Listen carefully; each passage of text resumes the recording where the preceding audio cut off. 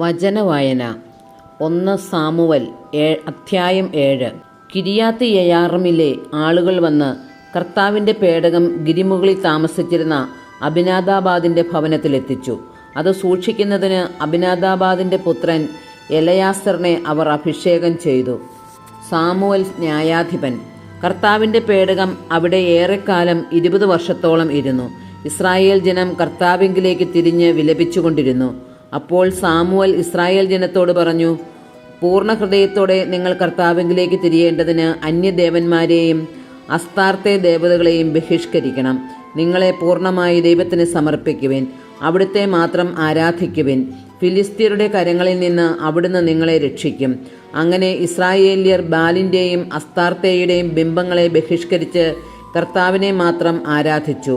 Samuel പറഞ്ഞു, Israel മുഴുവൻ മിസ്പായിൽ ഒരുമിച്ച് കൂടട്ടെ. ഞാൻ നിങ്ങൾക്ക് വേണ്ടി കർത്താവിനോട് പ്രാർത്ഥിക്കാം. അവർ മിസ്പായിൽ ഒരുമിച്ചുകൂടി വെള്ളം കോരി കർത്താവിൻ്റെ സന്നിധിയിൽ പകർന്നു. ആ ദിവസം മുഴുവൻ അവർ ഉപവസിച്ചു. ഞങ്ങൾ കർത്താവിനെതിരായി പാപം ചെയ്തു പോയി എന്ന് അവർ ഏറ്റുപറഞ്ഞു. മിസ്പായിൽ വെച്ചാണ് സാമുവൽ ഇസ്രായേൽ ജനത്തെ ന്യായപാലനം ചെയ്യാൻ തുടങ്ങിയത്. ഇസ്രായേൽക്കാർ മിസ്പായിൽ ഒരുമിച്ച് കൂടിയിട്ടുണ്ടെന്ന് കേട്ടപ്പോൾ ഫിലിസ്ത്യ പ്രഭുക്കന്മാർ ഇസ്രായേലിനെ ആക്രമിക്കാൻ പുറപ്പെട്ടു. ഇസ്രായേൽക്കാർ ഭയചകിതരായി. ഫിലിസ്ത്യരിൽ നിന്ന് തങ്ങളെ രക്ഷിക്കുന്നതിന് ദൈവമായ കർത്താവിനോട് നിരന്തരം പ്രാർത്ഥിക്കണമേ എന്ന് അവർ സാമുവലിനോട് അപേക്ഷിച്ചു. സാമുവൽ മുലകുടി മാറാത്ത ഒരാട്ടിൻകുട്ടിയെ സമ്പൂർണ്ണ ദഹനബലിയായി കർത്താവിന് അർപ്പിച്ചു. അവൻ ഇസ്രായേലിന് വേണ്ടി കർത്താവിനോട് പ്രാർത്ഥിച്ചു. അവിടുന്ന് അവൻ്റെ പ്രാർത്ഥന ശ്രവിച്ചു.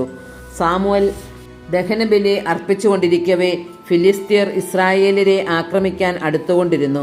കർത്താവ് ഭയങ്കരമായ ഒരു ഇടിനാദം മുഴക്കി ഫിലിസ്ത്യരെ സംഭ്രാന്തരാക്കി. അവർ പലായനം ചെയ്തു. ഇസ്രായേല്യർ മിസ്പായിൽ നിന്ന് ബത്തുകാർ വരെ അവരെ പിന്തുടർന്നു വധിച്ചു. അനന്തരം സാമുവൽ മിസ്പായ്ക്കും ജഷാനായ്ക്കും മധ്യേ ഒരു കല്ല് സ്ഥാപിച്ചു.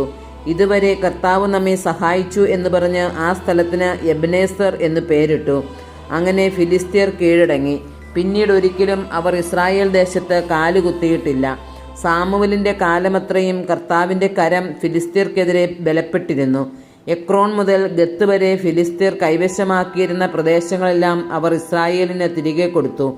ഇസ്രായേല്യർ തങ്ങളുടെ പ്രദേശമെല്ലാം ഫിലിസ്ത്യരിൽ നിന്ന് വീണ്ടെടുത്തു. ഇസ്രായേല്യരും അമോര്യരും തമ്മിൽ സമാധാനമുണ്ടായി. സാമുവൽ തൻ്റെ ജീവിതകാലമത്രയും ഇസ്രായേലിൽ നീതിപാലനം നടത്തി. ബഥേൽ, ഗിൽഗാൽ, മിസ്പ എന്നീ സ്ഥലങ്ങൾ വർഷം തോറും സന്ദർശിച്ച് അവിടെയും അവൻ നീതിപാലനം നടത്തിയിരുന്നു. അനന്തരം തൻ്റെ ഭവനം സ്ഥിതി ചെയ്തിരുന്ന റാമായിലേക്ക് അവൻ മടങ്ങിപ്പോയി. അവിടെയും നീതിപാലനം നടത്തുകയും കർത്താവിന് ഒരു ബലിപീഠം നിർമ്മിക്കുകയും ചെയ്തു.